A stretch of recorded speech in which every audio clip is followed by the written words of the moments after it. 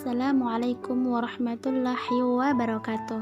Materi pembelajaran akidah akhlak pada video kali ini adalah mengenai akhlak tercela, di mana bahaya sifat licik, tamak, zalim, dan diskriminasi akan kita pelajari di sini. Materinya pertama adalah pengertian licik. Licik artinya banyak akal yang buruk, pandai menipu, culas, curang, dan licin. Ciri-ciri orang yang licik adalah tidak suka melihat orang lain bahagia. Kedua, bahagia ketika melihat orang lain itu menderita. Dan yang ketiga, berpikir untuk mencelakakan orang lain.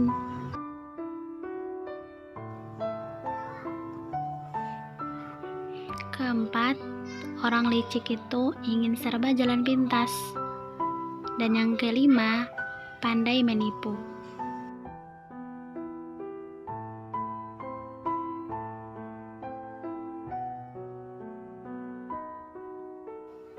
Terus, apa bahaya licik? Bahaya bagi orang lain, yang pertama, sikut sana, sikut sini untuk mencapai tujuannya. Licik membuat orang menjadi serakah, dan tentunya mereka ingin menjadi nomor satu, tidak peduli dengan kemampuannya yang tidak seberapa. Dan orang licik itu kurang imannya, selagi butuh ia mendekat, selagi tidak butuh ia menjauhkan diri. Bahaya bagi diri sendiri, batinnya kita akan selalu resah dan gelisah, dan hidupnya tidak akan berkah. Dan yang ketiga, hidupnya penuh dengan fitnah, selalu mengalami cobaan dimanapun ia berada, dan tentunya penuh dengan dosa. Akhir hidupnya su'ul khatimah. Materi yang kedua adalah tentang tamak dan serakah. Secara bahasa, tamak itu sikap tak pernah merasa puas dengan yang sudah dicapai, dan menurut istilah, cinta kepada dunia atau harta terlalu berlebihan tanpa memperhatikan hukum haram yang mengakibatkan adanya dosa besar. Dan yang ketiga, serakah adalah salah satu dari penyakit hati, selalu menginginkan lebih banyak, tidak peduli apakah cara yang ditempuh itu benar oleh syariat atau tidak. Dan ciri-ciri orang yang memiliki sifat tamak adalah tidak mensyukuri nikmat yang telah dimiliki, selalu merasa kurang, padahal ia telah banyak mendapatkan nikmat, ingin memiliki sesuatu yang dimiliki oleh orang lain. Dan keempat, panjang angan-angan, yaitu suka menghayal dan tidak realistis. Kikir lagi, ia tidak mau hartanya berkurang sedikit pun, kurang menghargai pemberian orang lain jika tidak sesuai dengan keinginannya. Terlalu mencintai harta yang dimiliki, dan terlalu semangat mencari harta tanpa memperhatikan waktu dan kondisi tubuh. Dan yang kesembilan, semua perbuatannya selalu bertendensi pada materi. Dampak negatif dari sifat tamak adalah mudah terjerumus ke dalam kehidupan yang sesat karena keduniaan. Dan yang kedua, tercela dalam pandangan sesama manusia, karena biasanya orang yang tamak cenderung bakhil. Dan yang ketiga, jauh dari petunjuk agama, karena waktunya habis untuk memikirkan harta. Cara menghindari diri dari sifat tamak adalah sering-seringlah memperhatikan kehidupan orang yang di bawah kita, orang yang lebih miskin dari kita. Agar apa? Agar dapat mensyukuri nikmat yang diterima dari Allah Subhanahu wa Ta'ala.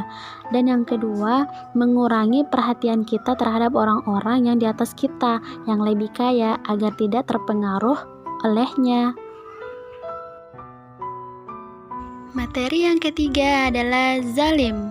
Menurut bahasa, zalim atau aniaya artinya sewenang-wenang atau tidak adil.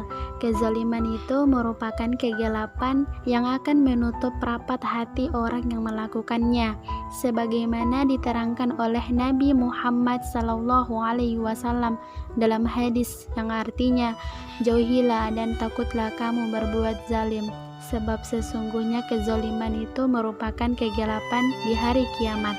Hadis riwayat Bukhari dan Muslim. Allah Subhanahu wa Ta'ala telah memerintahkan kita untuk tidak berbuat zalim seperti yang tertera dalam firman Allah, barang siapa yang mengerjakan amal yang soleh maka pahalanya untuk dirinya sendiri, dan barang siapa yang mengerjakan perbuatan jahat maka dosanya untuk dirinya sendiri, dan sekali-kali tidaklah Rabb-Mu menganiaya hamba-hambanya. Quran Surah Fussilat ayat 46. Kemudian contoh dari perilaku zalim atau aniaya.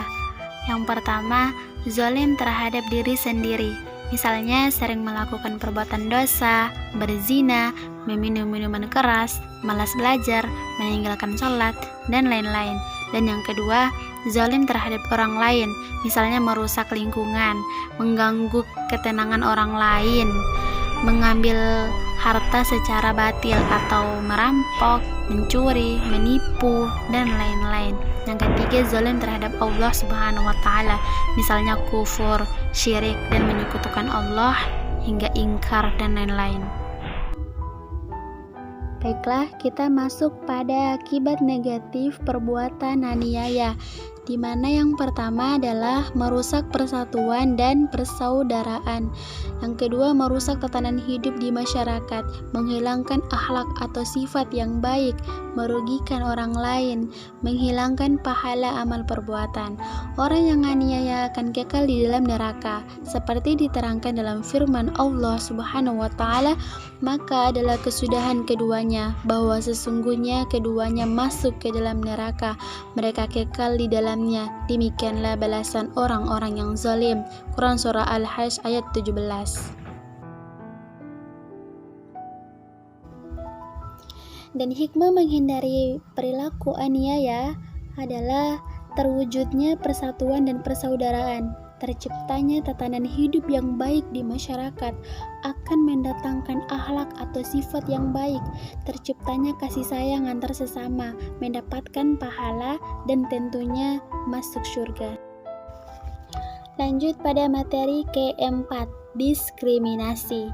Diskriminasi berarti pembedaan perlakuan terhadap sesama berdasarkan warna kulit, golongan, suku, ekonomi, status sosial, dan lain-lain.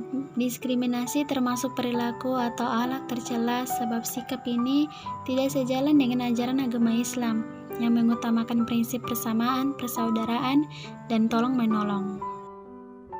Bahaya dari sifat diskriminasi adalah munculnya ketidakadilan di masyarakat, mudah berlaku sombong, merasa lebih baik dari yang lain, dan diskriminatif akan membawa perilakunya masuk ke dalam neraka. Caranya untuk menghindari sifat diskriminasi adalah menghindari sifat ujub, mempertebal keimanan, dan percaya jika Allah selalu mengawasi dan hanya Allah lah zat yang sempurna.